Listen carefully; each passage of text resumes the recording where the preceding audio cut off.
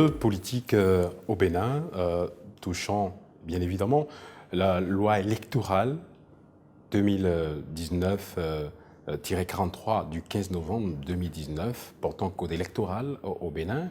Et nous comprenons désormais que la femme prend davantage de place dans tout ce qui est discussion politique, un vœu de l'exécutif au Bénin depuis que le président de la République, Patrice Talon, a décidé que la femme soit davantage promue.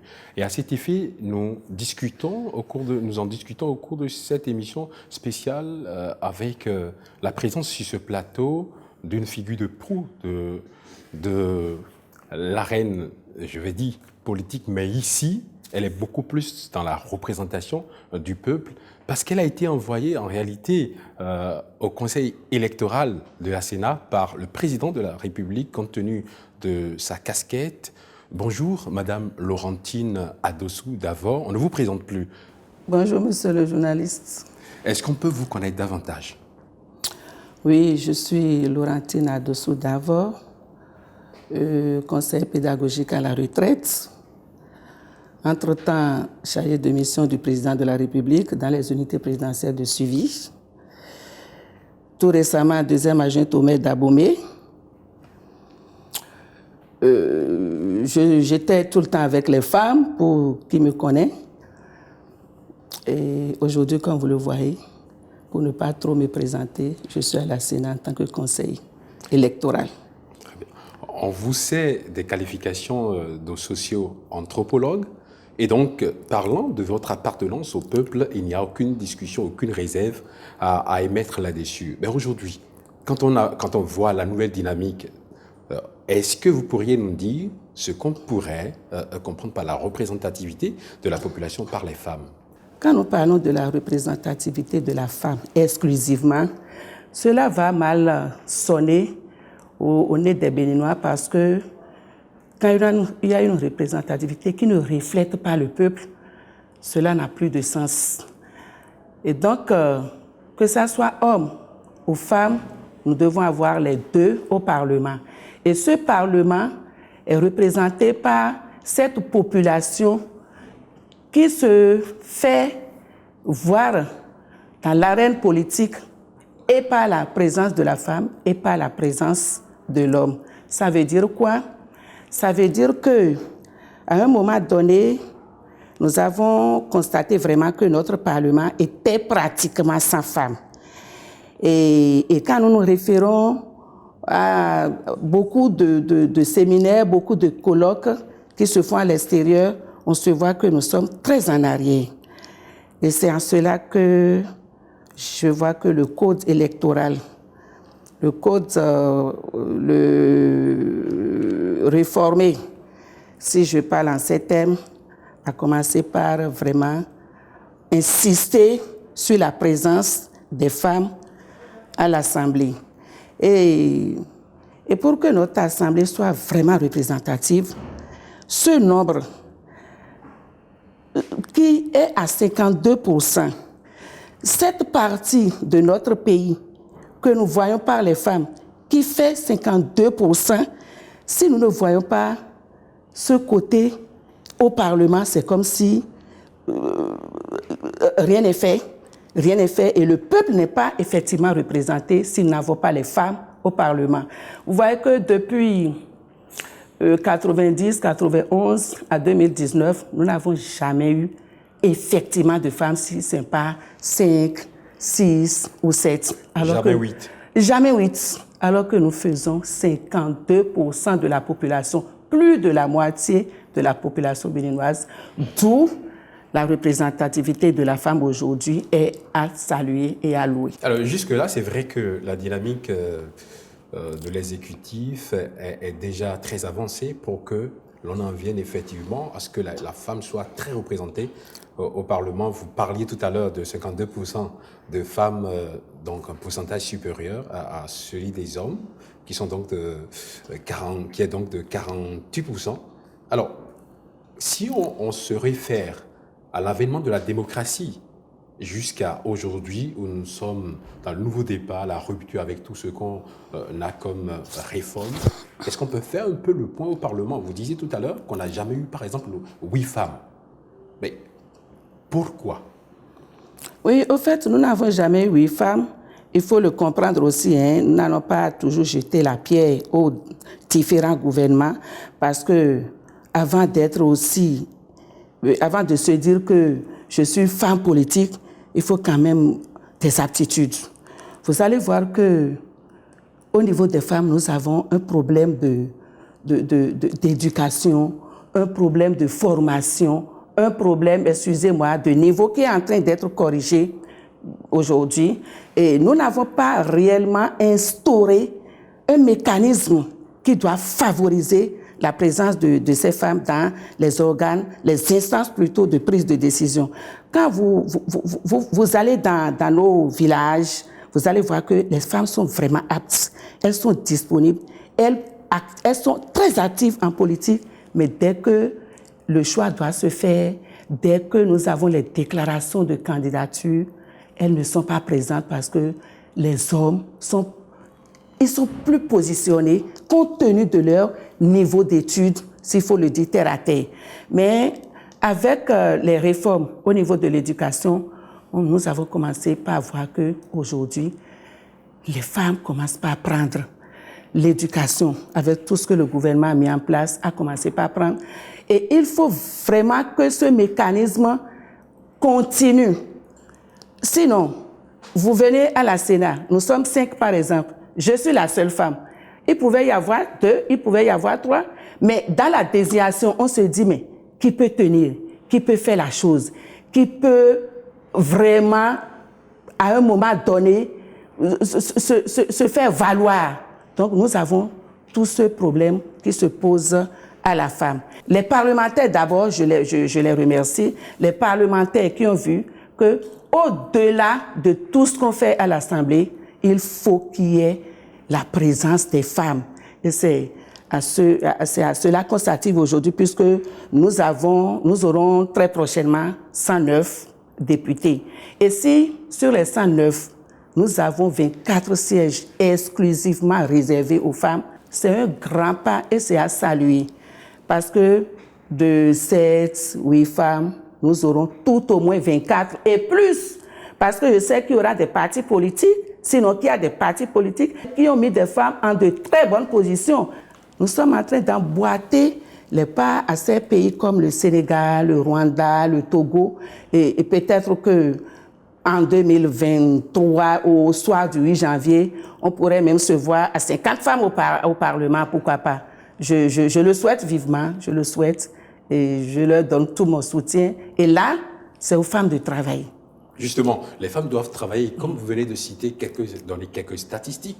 On sait qu'au Rwanda, par exemple, au Parlement, il y a 63% de femmes, 44% au Sénégal récemment, et au Togo, tout près de nous, il y a 17,5% de femmes. Le Niger, par exemple, a 15% de femmes au Parlement. Mais la question qu'on se pose, sachant bien que 24 femmes, tout au moins, siégeront au rang des 109 députés désormais après les résultats des législatives de 8 janvier 2023, est-ce que ces femmes sont prêtes? Vous aviez parlé du niveau intellectuel et vous aviez aussi justifié que c'est en train d'être réglé. Mais la décision personnelle, comment est-ce que vous la jaugez? Vous êtes béninois, vous n'êtes pas rwandais. Nous, au Bénin, nous avons un problème de mentalité.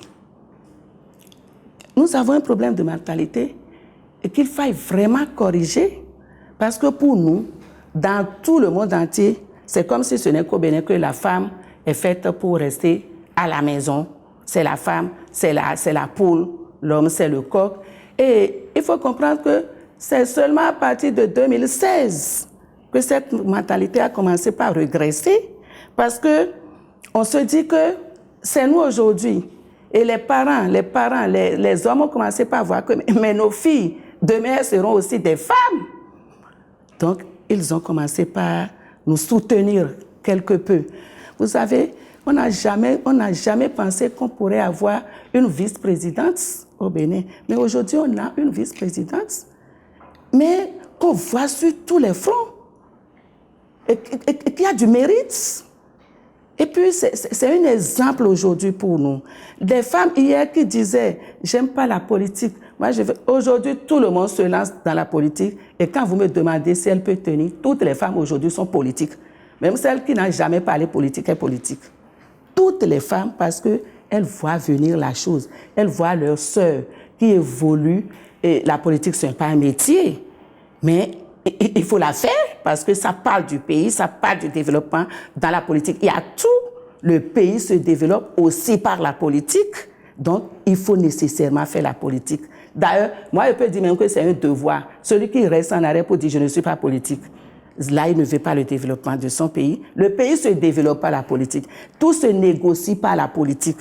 La majorité de ce que nous faisons, la majorité de ce que nous avons se négocie par la politique. Dire que je ne fais pas la politique, il faut alors la faire autrement. Ça veut dire quoi? Les femmes sont aujourd'hui très actives.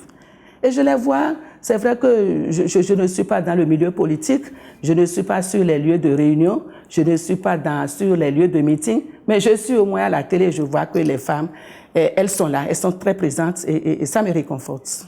Et vous avez bien précisé que la politique, en réalité, qui est la gestion de la cité, c'est ça, est une obligation pour tout le monde. C'est une obligation. Comme femme. Mais est-ce que vous pensez qu'avec la nouvelle dynamique, c'est vrai que c'est à saluer de la part du président de la République, qui est le père de la nation, qui a décidé, évidemment, qu'on suive cette danse-là. Est-ce que, au niveau des états-majors des partis politiques, j'en viendrai là, vous sentez quand même l'aptitude des hommes à laisser quand même jouer les femmes? Non, bon, aujourd'hui, c'est même une obligation pour eux. S'ils ne le savent pas, je vais les amener là. C'est une obligation parce qu'à partir du moment où on te dit que dans ta circonscription, il doit y avoir une femme bien positionnée, c'est déjà une obligation pour toi. C'est déjà une obligation. Donc, ils ont intérêt à appuyer, à aller dans cette dynamique. C'est une dynamique à suivre parce que le monde évolue et il faut évoluer avec le monde. Nous ne sommes plus à cette ère où la femme est faite pour la maison, comme je l'ai dit tantôt. Non, non, non, non, non. Le monde évolue et il faut évoluer avec le monde. Et aujourd'hui, je suis une femme, je suis assise devant toi. Nous parlons politique, nous parlons du pays, nous parlons de tout. Et si c'était des hommes seuls qui allaient parler, peut-être qu'on allait demander, mais dans ce pays, est-ce qu'il n'y a quand même pas de femmes? Et c'est en cela que je loue la dynamique que le président de la République a mise en place, parce que tout le monde se voit dans ce qui se fait. La gestion d'une cité ne se fait pas par un seul bloc, une seule partie plutôt, mais il faut qu'il y ait tout le monde pour le faire. C'est comme dans nos maisons. C'est comme dans nos maisons. Quand c'est le père seul ou la mère seule qui doit tout prendre, les enfants en souffrent. Il faut et le père, et la mère, et les enfants. Donc aujourd'hui, c'est une obligation pour les hommes. Ceux-là qui juste ont positionné les femmes comme une femme dans leur circoncision, aujourd'hui, excusez-moi, il faut que très prochainement, ils pensent à corriger le tir parce qu'il n'y a pas que cette seule femme dans leur localité. Il y en a plusieurs. Il y a d'autres. Donc, en positionnant celles qui doivent avoir cette place de l'exclusivité, il faut encore mettre d'autres comme suppléantes. Pourquoi même pas titulaires? Mais c'est ça qui fait même la force. Il faut dépasser les choses. Il faut les amener aussi à cette école. C'est une école. C'est une école. Et quand c'est toujours les mêmes, c'est même pas bien. Vous savez que à partir de 2023, nous aurons un mandat de 3 ans jusqu'en 2026. Ça va être une transition? Je serai à la place de ces hommes que je vais faire cette transition avec ces femmes pour qu'en 2026, qu'on ait de réelles femmes politiques. Mais il n'y a pas de génération spontanée. Quand nous disons qu'il ne sait pas, il ne connaît pas, mais il faut l'amener d'abord à faire les premiers pas. Donc, il fallait mettre plus de femmes. Il faut mettre beaucoup de femmes. Les listes là devaient avoir 52% de femmes. Et là, les résultats peuvent nous donner au moins 30 à 40%. Ce sera à leur article. Et puis, on va dire, mais ces hommes-là, il faut qu'on les respecte. Mais bon, il y a toujours le comportement qui est là, la mentalité qui est là. C'est toujours les hommes. Nous allons faire avec eux. Les femmes, il faut que les femmes discutent avec les hommes. Il faut que les femmes aussi prouvent à la population qu'elles ont la capacité. Ce n'est pas rester dans une équipe, aller, venir. Non, mais il faut montrer sa capacité. Et c'est en cela que j'ai beaucoup de peine aussi parce que, vous savez, la politique aussi, quelque part, c'est les moyens. C'est les moyens. Et sans vous couper, par exemple, avant qu'on ne parle des moyens, vous avez souligné un aspect qui affiche en réalité la réalité des pesanteurs socio-culturelles. Prenez le cas de cette femme-là, à qui on a ouvert quand même la porte de siéger, d'avoir cette opportunité et de se retrouver en fait élue et tout, et qui, parce que se disant, je peux perdre mon époux, refuse par exemple d'accepter participer aux enjeux électoraux, si vous voulez. Je suis tout peinard et vous êtes venu à mes inquiétudes. C'est là où je parle des problèmes de comportement. Parce qu'une femme qui va à une réunion, vous savez, la question politique est une question très délicate. Moi, j'ai eu à faire un peu la politique. J'ai eu à faire un peu la politique. Je viens de vous dire que j'étais deuxième adjointe au maire d'Abomey. Donc, c'est une fonction purement politique. Et là, je peux vous dire que c'est délicat. Vous savez, avant d'être politique, il faut commencer par discuter avec son époux. Moi, mes premiers pas en politique, je l'ai discuté avec mon époux. Et mon premier positionnement sur une liste en 1999 pour les législatives, c'est mon époux qui a constitué tous mes dossiers. Et c'est ma facilité à évoluer en politique, ça. Tout le monde n'a pas eu cette chance. Tout le monde n'a pas cette chance. Dans un foyer, quand le couple ne s'entend pas, quand le couple ne s'entend pas du tout, ça ne peut pas marcher. Et c'est en cela que j'invite les jeunes filles d'aujourd'hui à ne pas vraiment voir que j'ai vu une dame évoluer, j'ai vu ma collègue évoluer et se mettre en politique comme je le vois à des endroits, c'est pas bien. Il faut toujours qu'il y ait une entente. Il faut que ton mari soit pour la chose. Parce que vous commencez une réunion très tôt, mais vous finissez tard. L'autre chose, c'est plus facile à une femme qui vraiment a fini, n'est plus vraiment à une étape d'un mariage jeune. Ça, c'est très sérieux. Un jeune couple, il faut de l'expérience. Un jeune couple qui se lance en politique, vraiment aura un peu de difficulté, à moins que son mari soit un homme politique. S'il n'est pas du tout politique, ce foyer risque de basculer un peu, je ne le souhaite pas. Donc c'est en cela que la femme doit aussi vraiment discuter. Elle doit discuter. Si à des moments l'homme refuse, il faut chercher des amis. Il doit avoir des amis. Il faut discuter avec des amis qui viennent le voir, lui parler. Non, je vais l'amener, on va revenir ensemble. Non, dès qu'elle va quitter, je vais lui faire le point. Et il faut avoir toujours des amis qui doivent te faire le point parce que les hommes, ils choisissent quand vous quittez pour prendre les grandes décisions. Vous parlez de qui? Et ça ne va jamais cesser. Nous parlons des politiques, puisque vous parlez de la liste. Nous parlons des politiques. C'est quand toutes les femmes là disparaissent que les grandes décisions commencent par sortir. Je ne sais même pas pourquoi. Et ça a commencé à changer, j'espère. Bon, tu sais, je ne suis plus là, je ne sais pas comment ça se passe actuellement, mais quand je les écoute, je vois qu'aujourd'hui, ils sont pour la chose. Ils ont accepté la dynamique et quand vous les voyez, on sent qu'ils le veulent vraiment. Bon, maintenant, il faut aller dans leur fort intérieur pour savoir ce qui se cuisine à l'intérieur, au fond de chacun. C'est le vrai problème. Seulement, je vais demander quand même aux femmes de tenir bon, de tenir fort et de prouver quand même leur capacité à faire la chose. On sait que vous avez tellement d'éléments parlant d'appel à l'endroit des femmes pour davantage les motiver à pouvoir faire le jeu politique parce que et l'homme et la femme doivent pouvoir rester ensemble pour qu'il y ait quand même de l'équilibre au niveau de la gestion de la cité. Vous êtes allé aussi à l'école des faux coups? Parce qu'on dit souvent en politique, tous les coups sont permis. Ce n'est même pas une question à poser. L'école des faux coups, c'est tous les jours en politique. Tous les jours en politique. Faux coups, c'est tous les jours en politique. J'en ai connu beaucoup, mais je ne réagis jamais. Je passe aussi par derrière pour trouver la solution. Je passe toujours par derrière. Le vrai politique ne parle pas trop.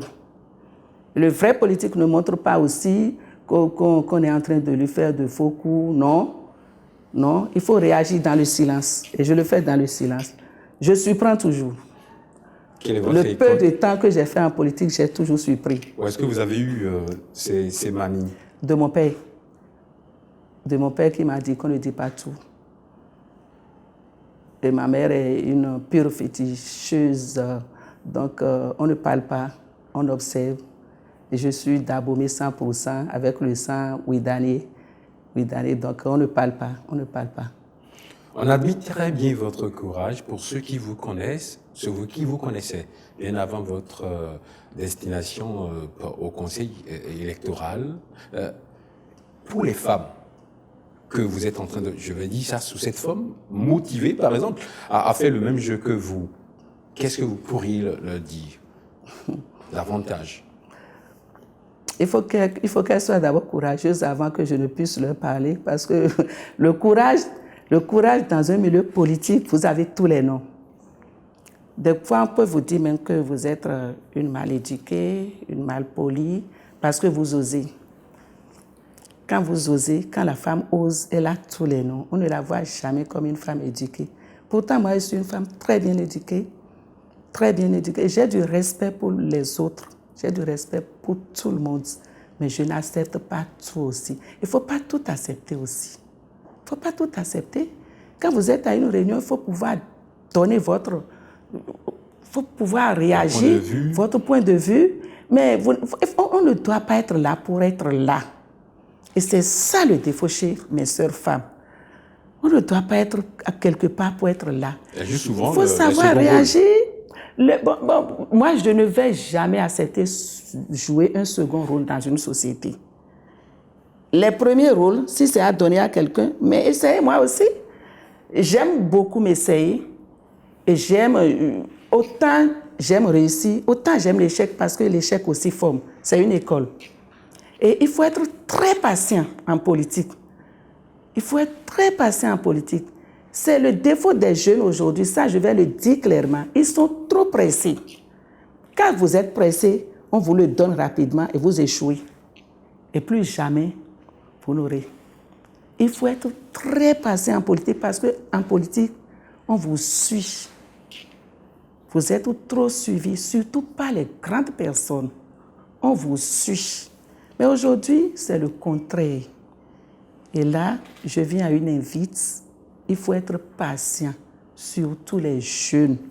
La politique n'est pas un métier. La politique n'est pas un job. La politique doit être une activité secondaire. C'est parce que le Béninois prend la politique comme une activité, comme un boulot, que nous avons des difficultés. La politique ne doit pas être un boulot. La jeunesse d'aujourd'hui prend la politique comme un boulot, alors que tout est affaire de mandat, tout est affaire de période. Mais le boulot, c'est tout au moins 30 ans. Entre la politique et ce qui est 30 ans, lequel il faut prendre. Je préfère choisir ce qui est 30 ans et maintenant participer à la gestion de la cité pour avoir quelque chose de l'autre côté. Et c'est là où je vais demander aux jeunes d'être très patients, d'essayer d'aller à l'école de nos aînés. Ils en ont. C'est avec eux. Ce qu'on appelle politique, ils en ont. Et vous faites partie de ces aînés-là? Ou les femmes de la jeune génération? Bon, je ne sais pas. S'il y a des femmes qui croient en moi, elles peuvent toujours venir, parce que je ne sais pas. Je ne sais pas si je fais partie de ces aînés. Mais s'il y en a qui voient que je fais partie de ces aînés, ils peuvent toujours venir. Ce que j'ai, je vais vendre ça sans rien prendre, sans retour, parce que moi, je continue toujours avec mes aînés. Je continue toujours avec les aînés. Je parle toujours avec les aînés. Quel que soit ce que je connais, j'ai toujours besoin de leurs conseils. Et j'en prends tous les jours. Tous les jours. Là, je suis à la Sénat, mais je cherche toujours à parler, à écouter ceux qui ont préparé ici avant moi pour comprendre. Le dernier agent de la maison, je vais vers lui pour poser des questions. Comment ça se passe? Moi, c'est mon éducation. Madame Laurentine Adossou-Davo, votre sociabilité n'est plus à démontrer, votre rigueur dans le travail également vous a consacré conseiller pédagogique professionnellement, vous êtes à la retraite depuis un certain temps et vous êtes désormais en train de jouer sur le terrain politique. Nous sommes pratiquement à la fin de cette émission qui parle en réalité de cette nouvelle réforme qui voudrait en réalité que 24 femmes tout au moins se retrouvent parmi les 109 députés à compter des législatives de janvier 2023. Votre caméra, elle est juste devant vous. Regardez droit dedans, dites à cette jeune génération qui doit quand même répondre à cet appel de l'exécutif de pouvoir participer au jeu électoral, ce qu'il faut concrètement. Merci, monsieur le journaliste. Je dois d'abord commencer par demander au peuple béninois, hommes comme femmes, y compris moi-même, que nous puissions aller tous à l'école de la paix. À l'école de la paix parce que nous sommes dans une période très sensible et je voudrais d'abord nous inviter à la paix, à la culture de la paix. Que chacun sache que le Bénin est un et indivisible. Et après les élections, nous allons nous retrouver. Et sans la paix, vous n'avez rien. Je reviens à votre question pour dire aux femmes, à mes sœurs, l'heure a sonné, notre heure a sonné. Quand bien même je suis à la Sénat, je suis de cœur avec vous. Mettez-vous au travail, restez avec les hommes, les querelles intestines, nos commérages, taisons tout, travaillez main dans la main pour que cette dynamique, cette réforme, cette ambition tant prônée par les gouvernements passés et aujourd'hui qui se concrétise soit une réalité. Tout dépendra de vos comportements, mes chères sœurs, que ceux qui sont positionnés, que celles plutôt qui sont positionnées, celles qui ne sont pas positionnées, qu'elles s'entendent. Tout le monde ne peut pas être positionné à la fois. Chacun à son tour.